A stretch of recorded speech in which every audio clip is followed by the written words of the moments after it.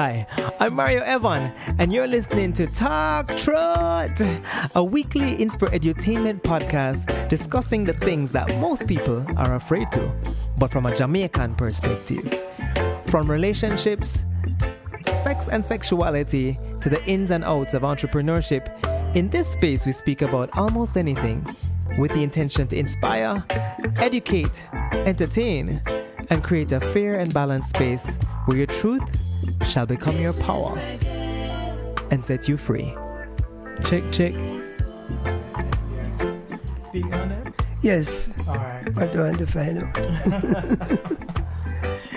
All right, guys. Welcome to this next episode of Talk Truth. And this is me, of course, Mario Evon. And you know there's never an episode without my father. I should say a season. So in season 1, I believe I spoke to him maybe twice, right? We spoke about Are All Vaginas Created Equal, which was my very first guest episode. And he never knew what you were speaking about, just like today. And the second time we spoke about old-time Jamaica. So a little bit of what we speak about today may come back. But other things we spoke about as well. So, but today, to kind of contrast against my episode last week as a Kingston-born person with rural parents, my experience of blackness and in Jamaica specifically and going abroad was a bit different. So those who listened to and liked that episode gave me a lot of feedback. So I thought, why not speak to my father, who was born in 1942 in Jamaica, and get his perspective of his journey coming from rural Jamaica, moving to town, going abroad and all of these things, right? So, of course, let's start at the beginning. So, the listeners know you were born in Westmoreland, in Moreland Hill, right? Yes. Home delivery. Most people do not know what Moreland Hill, where Moreland Hill is. Right. If you are going to Negril from Savlamar, when you get to Little London, a right turn take you about 3 miles in to Moreland Hill, and like it says, it is a hill. You can stay up there and look all the way to the sea in Broughton. Right, in Broughton. And so it is between Little London and Negril, but on a tangent. And as I said, you would have been home delivery days, so you never born in a hospital, you had nanas. Oh yes, I was born on Thursday the 27th of August at 7 a.m. by a nana called Tan Tan.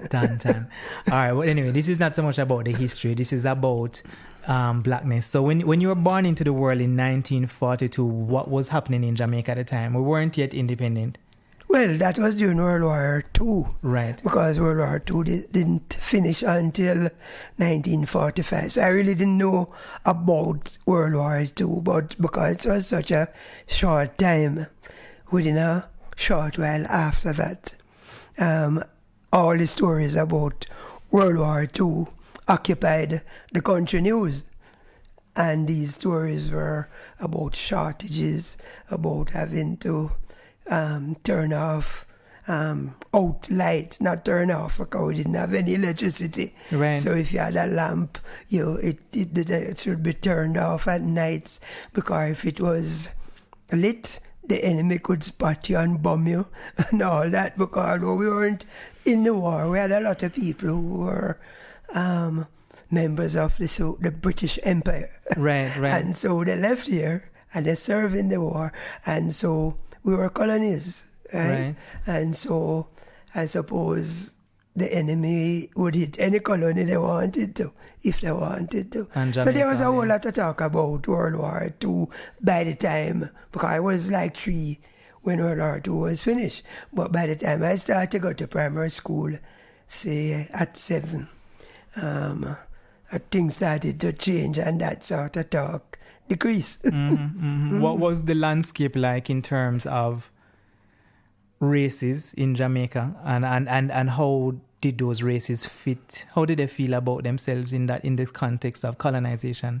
And what happened is that we in that part of the country, everybody was black, right? So, however, Westmoreland never have only Indians. However, yes, we had a lot of Indians. So, however, West Indies Sugar Company, which is the company that owned the Froome factory Right. was the main employer of labor, and all of the managers and the CEOs and even the doctor in the clinic, they were British people, they were white.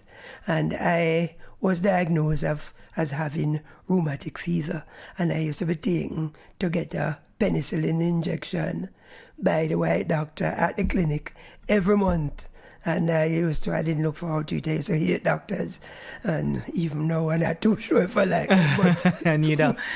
So would that have been our government system health center kind of? yes, the health centers were around, but we in that area, because the main thing was a sugar company. Mm-hmm. They had their own everything. They had health center.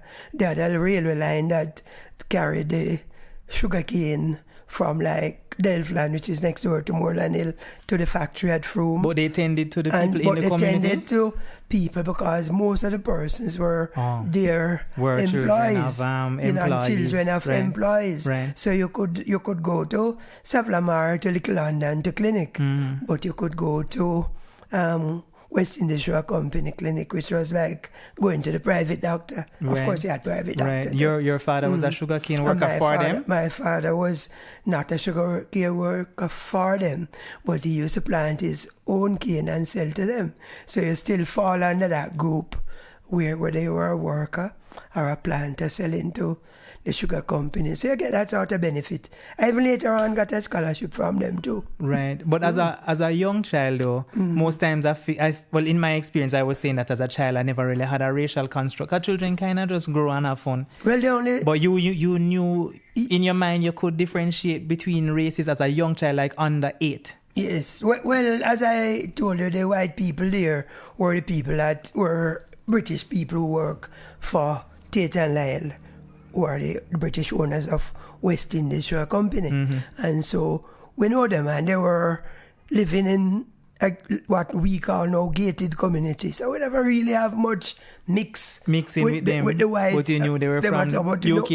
We know they're from UK, and we know that we didn't really mix too much because they were behind their thing, and their children were sent to England and to Kingston to school and all of that. So there wasn't really a lot of mixing, and so race never really played a big part.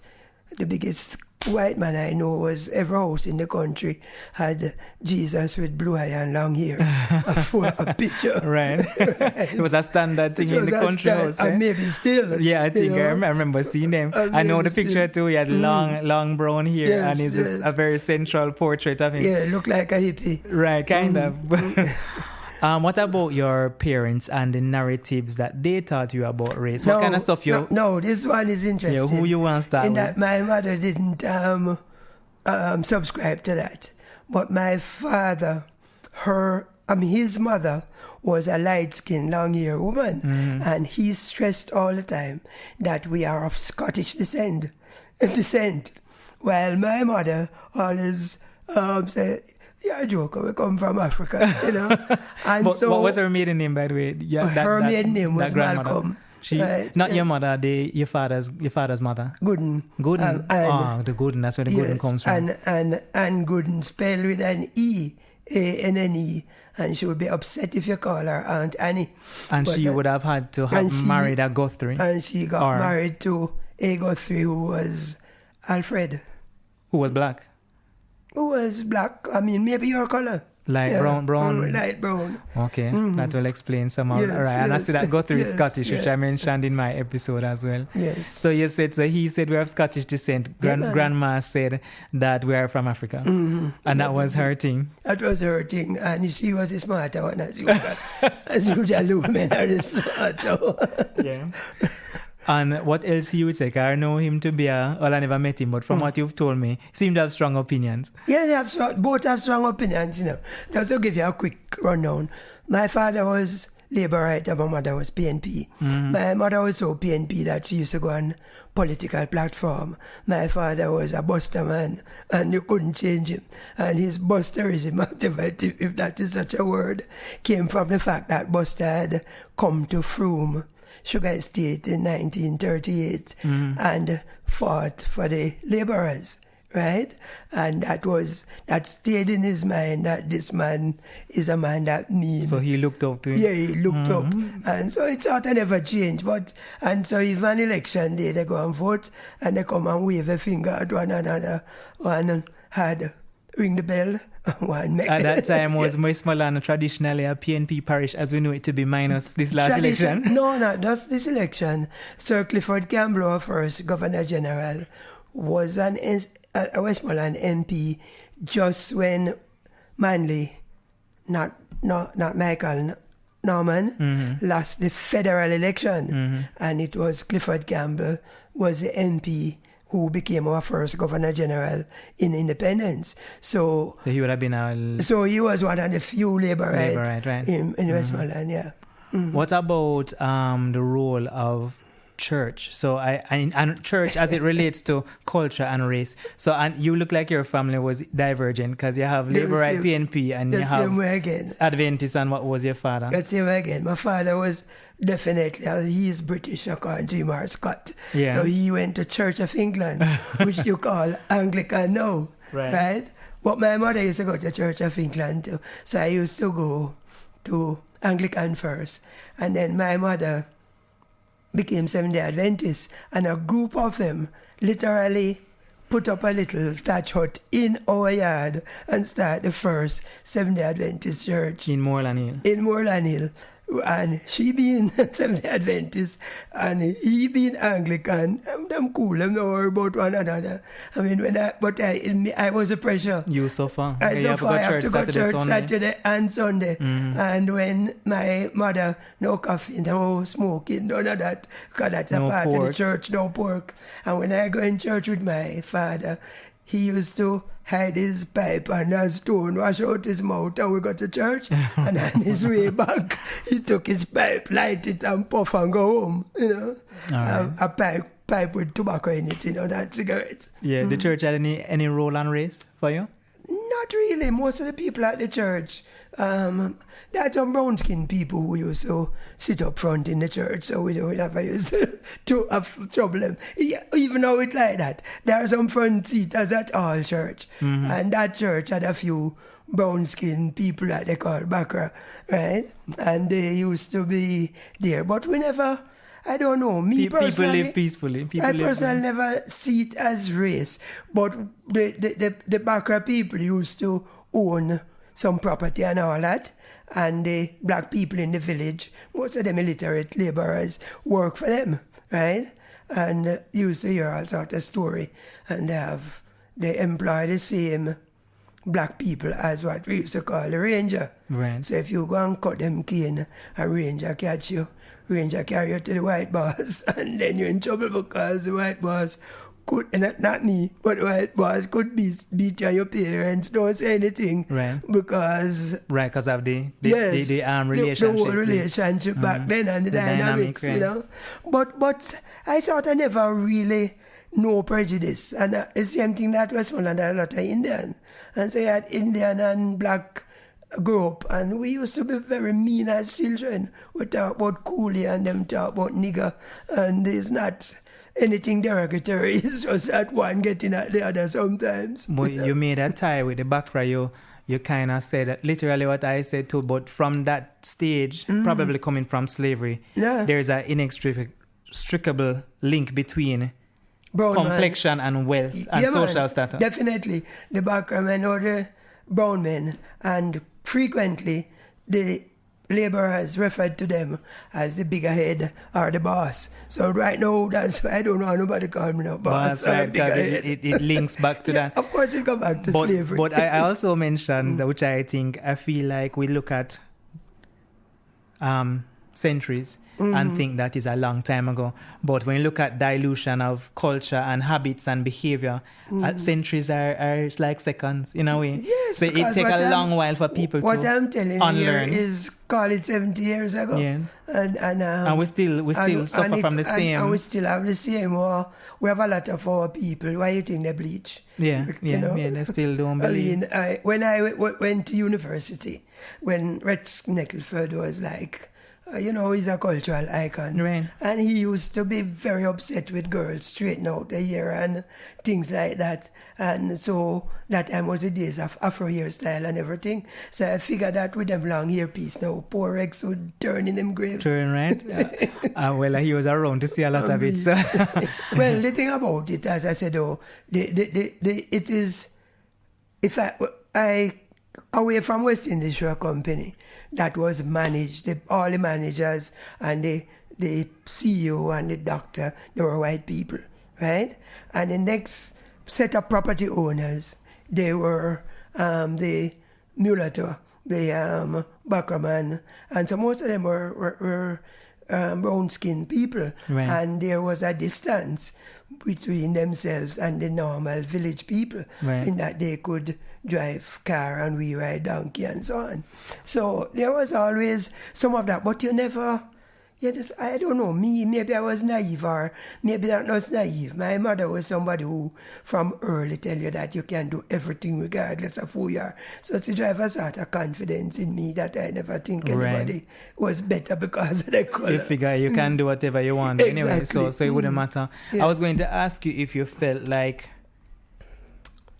the fact that everybody in the community probably would have had the village people would have similar status. Yes. That even if they were of lighter complexion or Indian, that unified you in a way. Even like you could say, even the poverty unified you in a way because you were living a common life. It unified you to a certain extent, but let me give you a personal story. Mm-hmm. My own grandmother, she had 2 grandchildren who were white, and they were my aunt's children. And one day she said to me, and when you say white, mixed with black, but leaning more to white or white? Well, my aunt was black, mm-hmm. and they were Jamaica people say high color. High color. They was very light. Light, and they had curly rather than hair like mine. They had straight hair. Mm-hmm. And so my grandmother looked at me and said, "See all Mas Paul, which one of the guy them name, when wipe him foot on you later on because you see my high color." Mm-hmm. And this is my own grandmother who was not white. That's my mother's mother. Mm-hmm. And I was vexed with her until now about it, because those 2 children, you know why they were white? Because my aunt leave country, come to town, and had babies with sailor. And right. so it's in the end, we find out, say, hold on, but this woman was a prostitute. That is my aunt, And yet, my grandmother accepted them more than she accepted me. Because of the color? Because of the color? Them have high color. Right. Yes. Very interesting. Move on now to... Coming up now, moving on, because you went a couple places, including boarding school and stuff. Yes. When would you say you started to recognize a bigger difference between color, social class, and culture? Because then you would have moved to Kingston eventually. Yes. You have any distinctive moments in that journey coming up when maybe? I still think I was lucky in that most of the time when I was at whichever school, because I board at different time. I leave home from 16 and I've never been back. And when I went to school agriculture, maybe we had the biggest mix in that we had Chinese border, we had very light skin. I can think of 1, 2, 3, about 4 people in my class that were really light, and they could pass, I call them Jamaican white. And then, but we never really see any problem because we're all together. All Jamaican. Jamaican.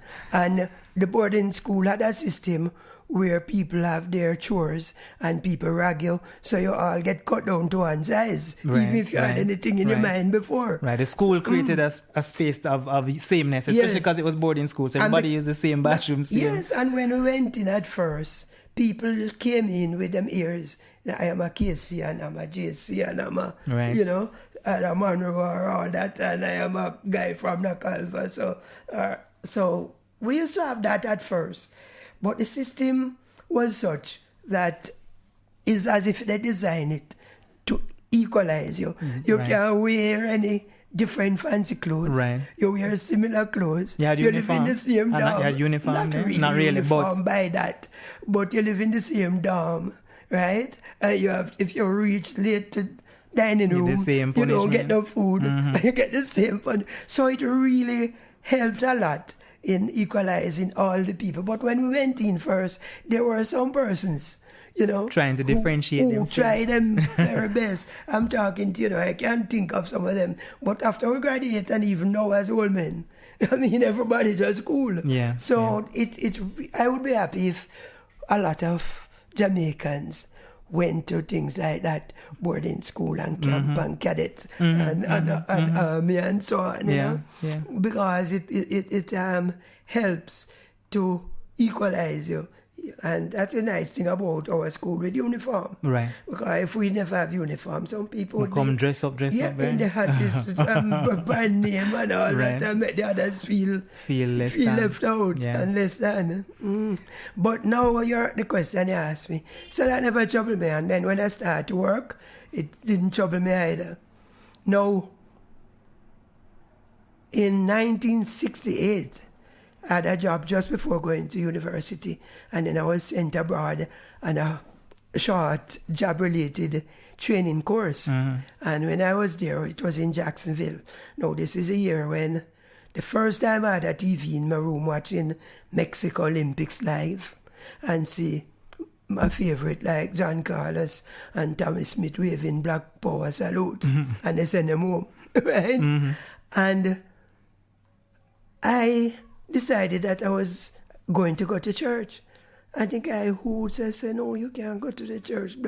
Them don't accept black people in that church, right? I would have to go down the village to a Pentecostal or the Baptist church. But the church that was near, I couldn't go And that was there. 1968 in That was the same Jacksonville, year, Florida. Jacksonville, Florida. Same year that Martin Luther King got killed. assassinated. And so the heat was yeah. really on, and you're in the deep south, And so that was, I said, hold on, people can't go to church because you're black. I never know this, right?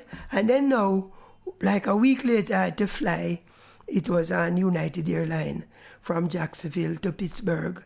And I had a seat beside a white fellow. And the questions he asked me, at that time I never take it as any big deal.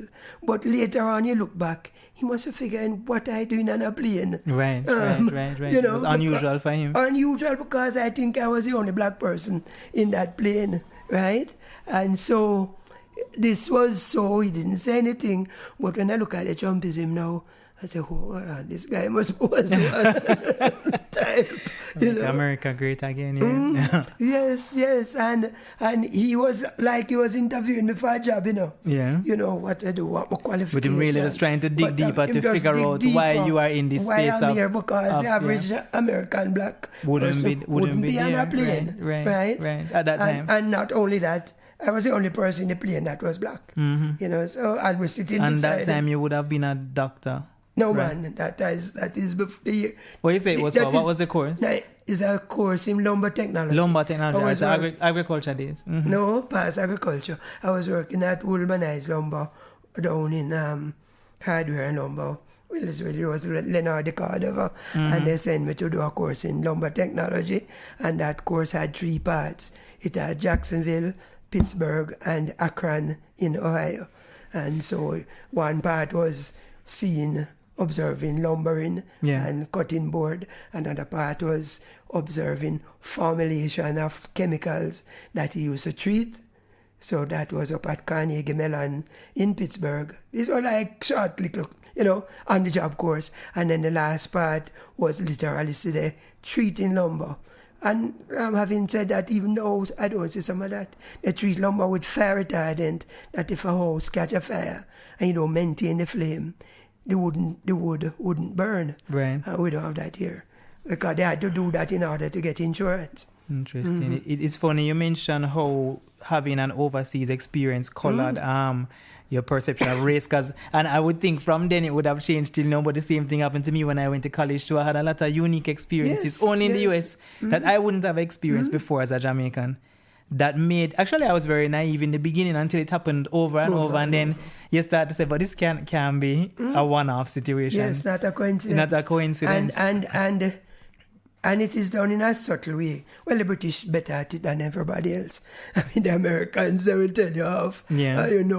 But the British are so politely racist. Sometimes.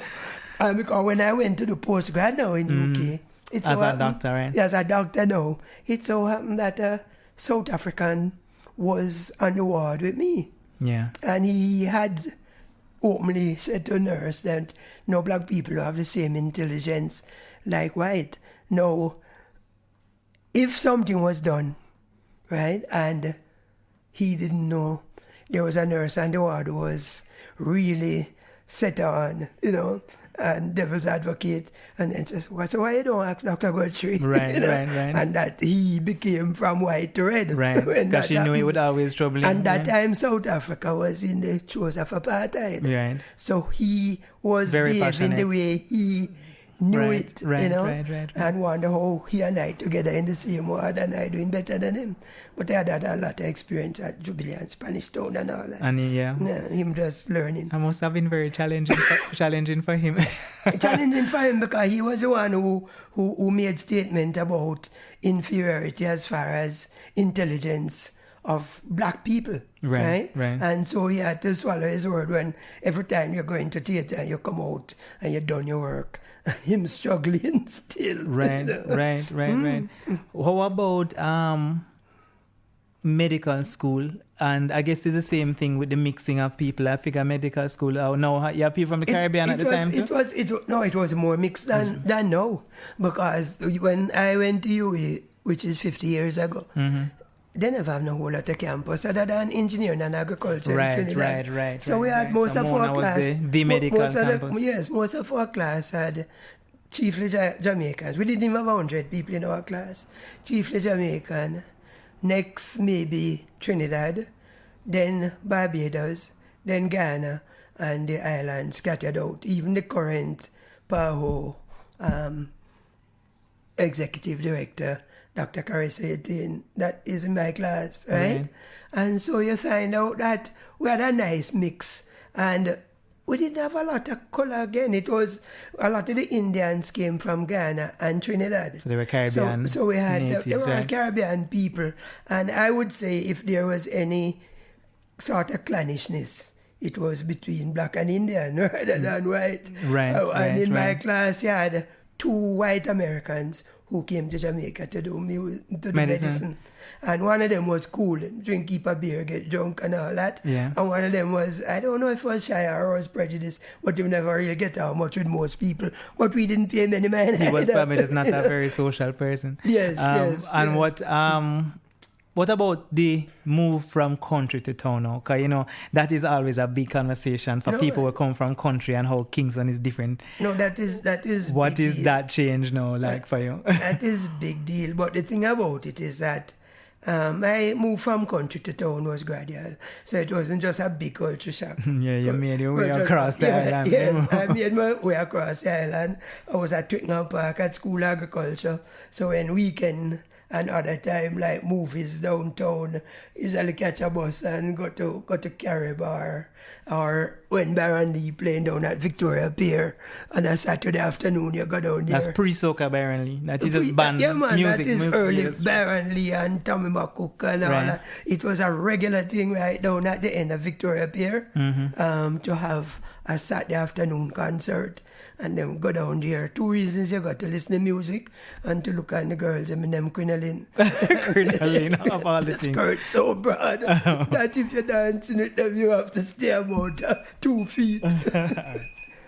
Yes, so we're talking about that. So the transition was smooth, right? The transition from town to country was... real country to boarding to Twickenham Park, which is not far from Kingston. Right. We used to take the bus. There were 3 buses going Spanish Town: Bronx, Western Flyer, and Penoverland Express. Those were the 3 buses. And not numbers. And they were pretty red and blue and all kind of paint. And they stopped run at about 10:30 at night. So you better get on the last bus. And then I can imagine Westmoreland. Well, it wouldn't be Westmoreland then. That was just going to Twickenham Park. Yeah. Yes. But then we come to live in town now and start to work. I never have to write a CV, As I leave school agriculture, Friday start work Monday.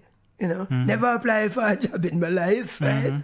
Because this thing just happened and it just flow. That's not quite true. I'd apply for the wood preservation job. But overall, you would say you flow from one thing to another automatically. And so that was when, now, believe it or not, there were a lot of prejudices outside here. If you're going into Barclays Bank, which is now NCB, and you know Barclays is in UK still, and even down Eastern Caribbean. And if you're going to Barclays Bank, all the tellers, everybody behind the counter was either white or Chinese. Or not so white, Jamaica white people are Chinese. Right. And then so it was a very deliberate hiring process too. That Woolworth Times store, it seemed as if, right? I mean, I was looking in the lab, no work, but it seemed as if when you go in there, all of these people who were in those positions look the same. Yeah. Right? They weren't like we who buy in and getting served until that started to change gradually. You know, and even companies. I mean, the companies Wood Preservation, the company I used to work. I mean, the manager was David Henderson, and his qualification, he used to be an engineer on a ship, right? Actually, I was a person working under him and was more qualified than him. Right.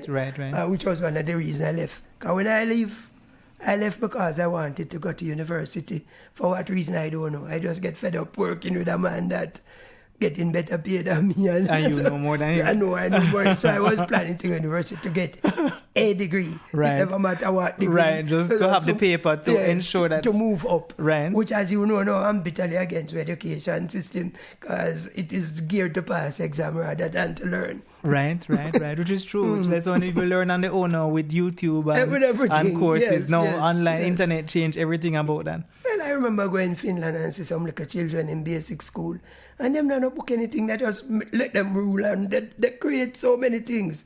The teacher just walk around and see what they're doing. Yeah. Because later on they start to guide them on to things, you know, and we don't do that.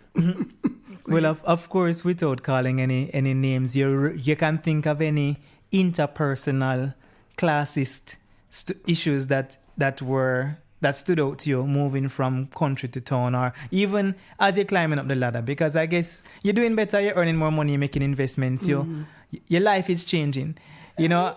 I'm lucky. The truth, I have not had a person. I know of cases where people got promotion over people, and people who weren't as qualified.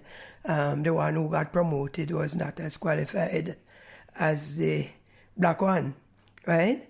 And I know of cases like that, and that used to happen a lot in the bank. But as I say, me personally, I thought I never have no problem. It's as if I go university just because I want to go university, save my money, go university, and then eventually apply and do medicine when I was at university, which I did. All that was accidental. And I remember going to UWI, and one day there was a person who was a counselor. He interviewed me and asked me what my father name and all that, because there was this thing wherein a lot of person had links. Right. I wasn't a politician's son. Right. And I wasn't a teacher's son or an inspector of police. So he was trying to dig into your family history to see. And I tell him straightforward. You see, the trouble is when by the time I reached university, I was adult, drive my own car and all that. So you live a lot of life. Right? Yeah. So them people couldn't faze me. You know, if you leave straight from high school and go university, you still see yourself like kind of green, like a green, and and the teachers are still like masters over you. By that I was independent. What I do, and I don't tell him straightforward. I remember I tell him, why you know my parents, they're not in your class. Right. That time you should tell him Guthrie was Scottish. That's what you should tell him. Yes, I should have. I didn't tell him. I just told him. And afterward, he might have been the person who influenced me to do medicine in the end. Right. In that he gave a talk once and said, well, you're in this university, and many of you came here to do different things, and then you find out that midstream you might change.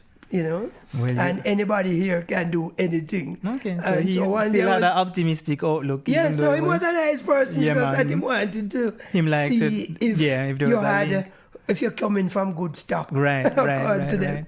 You know, it's funny how in time they put pretty names and things that always existed. So now what you are describing in your career journey is what you refer to as universal flow, where you kind of just allow life to take you to however you move. If you want to do agriculture, you do it. If you feel pulled to medicine, you just try it and you just kind of move with it. Would you say socially you were fortunate to just meet people who were good people? Yes. So that protected you in a way from a lot of the discrimination and the stories of classism. You just met good people. Yes, met a lot of good people along the way. First one was my primary school teacher, a gentleman named Mary, always tell me that he want me to go and become a Rhodes Scholar and all that. Of course, my mother was powerful influence. Because my mother, her theory was that because I was always sick and she had to be taking me to the doctor, she said, why are you too weak? You can't do manual work, so you better take your book.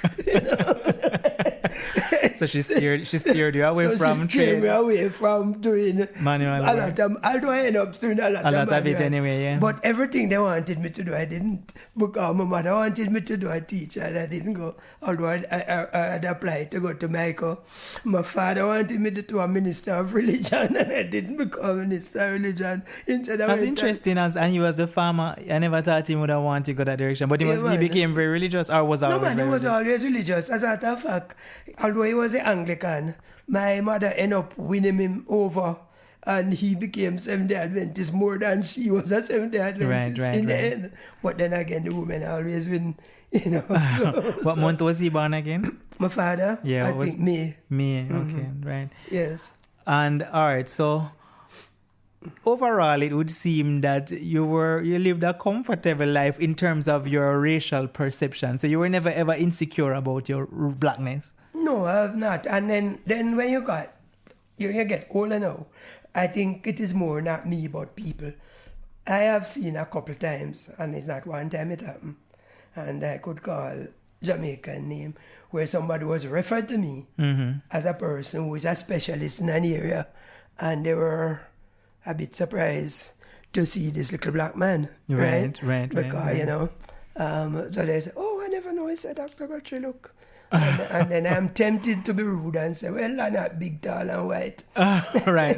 But you leave it alone. But I leave it alone. I mean, and I have to throw this in for people because my friends know how you are, that you still, even though you're a doctor, that you're still the type of person who will go into the market, you will take public transport, you will take taxi, that you don't have any ears about those things. Well, the nicest thing to do is to catch a JUTC, but you get some stories that you never. I'm in Red Hills, and I know all my buses from downtown. And at 30 come through Pembroke Hall, 31 come through Duane Park, 46 and 47 come up Crossroads. Right. And I take them to Chancery Street and take the little bus now, come up the hill. And I remember, I know you listen. Go when ahead. you take the little bus, come up the hill, they get even more stories. Not only that, sometimes you have to be right under somebody. Those buses are not COVID friendly. How them coping in the pandemic though? I've taken it. They can't pack them up. No, since the pandemic. That's a good question. I'm not sure. I don't take it, but I remember taking it, and then you right under somebody's arm, yeah. Man, and it smells strong. That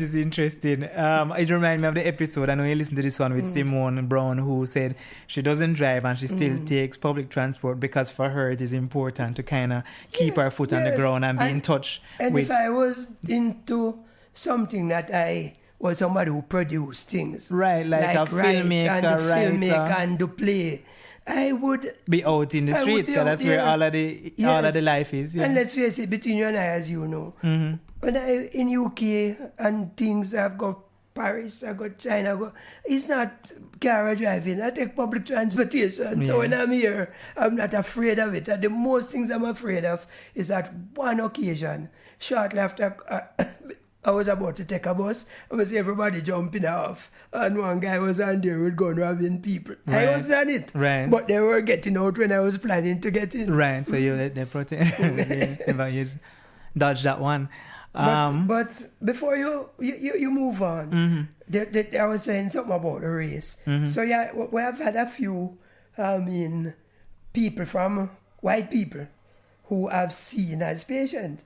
And some of them are not Jamaican, like English or American, or one of my good friends, she was from Hungary and thing. And so that was and when they come and see you and you're going to do something major for them, like surgery, sometimes they're researching you before they even come to you. Right. You know? So because they think, I don't know if it's because what if they could just be research oriented exactly. and it might be cultural too, that they would be more inclined to check you out before. And some of the Jamaican ones too, some of the very light skin, a certain group, and you make a diagnosis, and it's something that you could easily treat here for a fraction, and then they call you back and say that if you can refer them, give you a letter, the result, because they take it to Miami or to some place. And I like to make them go on, because suppose me go do it and then get complication. Then it would be because it was from, usually most of the complication is the other way around.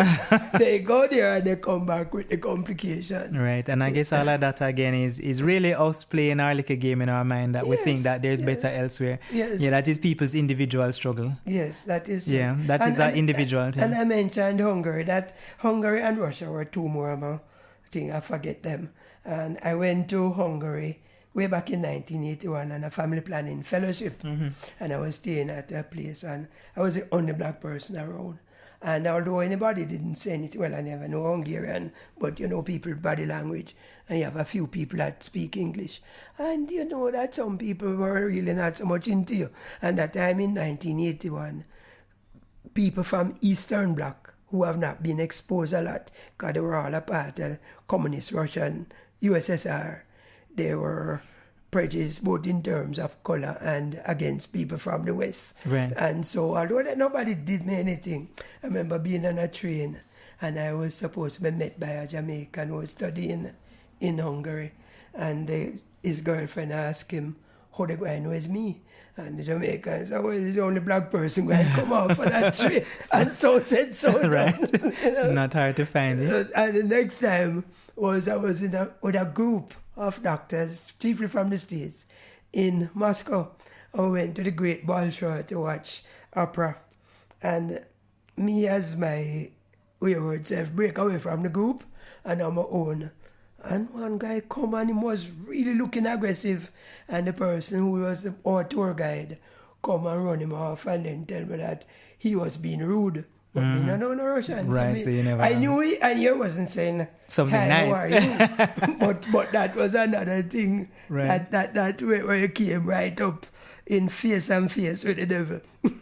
How you feel about the black issues that happening now, like Black Lives Matter, George Floyd, like all of the things that you see now at your stage in life? What does it make you think about? I didn't think it would still be happening, because if in 1968 I could not go into a church where everybody worshiping the same long-haired hippie-looking God, right? And I couldn't go into that church because of racism, I think that would have been gone a long time. Right. And so why I am one of the person who upset. And the truth about it, I went to university at a time when Black Power ruled.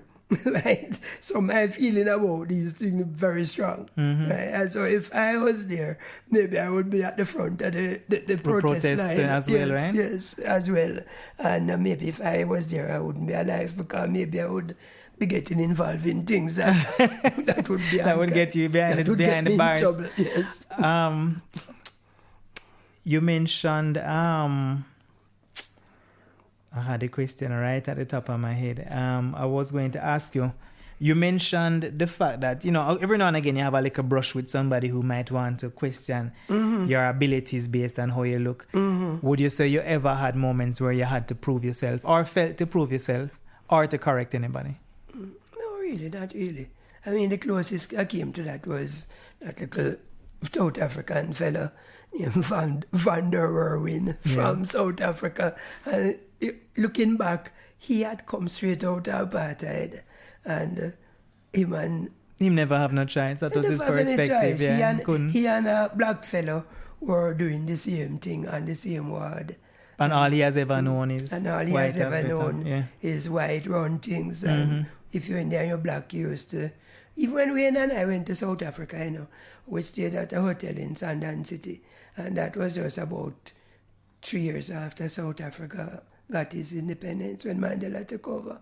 And everybody in that hotel except the room attendant and the people who mopped the floor. Right. Everybody behind the desk, all of them was white. White, eh? Mm-hmm.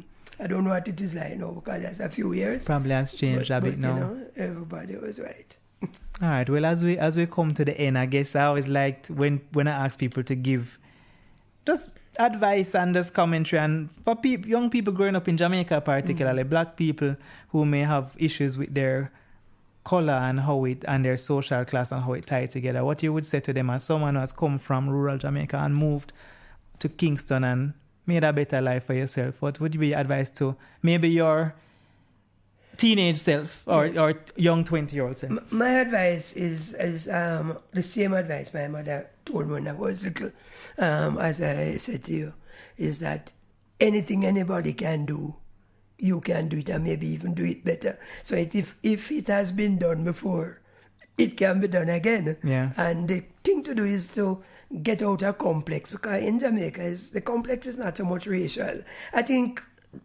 the fact is that I'm one of the persons, maybe naive, who believe in our motto. I mean, Jamaicans are Jamaicans. We're not Afro-Jamaica or right. China-Jamaica or Indo-Jamaican. We're Jamaican, and everybody is not where you're coming from. That matter is where you're going. And that will be my parting shot, I like that. I don't have anything else to say. All right, Dad. Always a pleasure talking to you, and I think they like this one too. I know you haven't listened to my episode yet, but now after doing this one, you'll see how the contrast will be interesting. You're welcome. But thanks as usual for your time, man. Yes. All righty. Yeah, man. Good. You've just listened to episode number 51 of Talk Truth with me, your boy Mario Evon, and that was my dad's black experience, which was very interesting to me and a conversation I really enjoyed. And if you contrast it to my episode last week, which was my black experience, in a way you'll realize that decades have passed and so many things remain similar, even though we had somewhat different experiences. And that remains interesting to me. And I'm glad that we were able to have these conversations in a Black Caribbean Jamaican context, so that you in the world who don't come from this side, or if you experience it yourself, will get a bit of perspective on what the different generations experience in this context. Thank you again for listening. Thank you for always supporting. And of course, follow us on all our social media. It's mainly everywhere TLKTRTH. That's at TLKTRTH. That's Talk Truth without the vowels, except for the website, which is talktruthja.com, and the email address, which is talktruthja@gmail.com. Leave us a review on Apple Podcasts, as it really helps to make a difference in how these episodes do online. I really would appreciate some reviews. And like last week's episode, I loved that people really took the initiative to put comments under the Instagram post. This episode will also eventually have a video component which will come up on YouTube, so you can actually see Dad and I having the conversation in real life. So look out for that. But until then, check out this audio, check out the audio version on YouTube, subscribe to my channel on YouTube, and just show us a lot of love. We really appreciate it. So you just listen to Talk Truth, and I'm your host, Mario Evon, and this is the place where your truth shall become your power and set you free. Until next time, big up on yourself.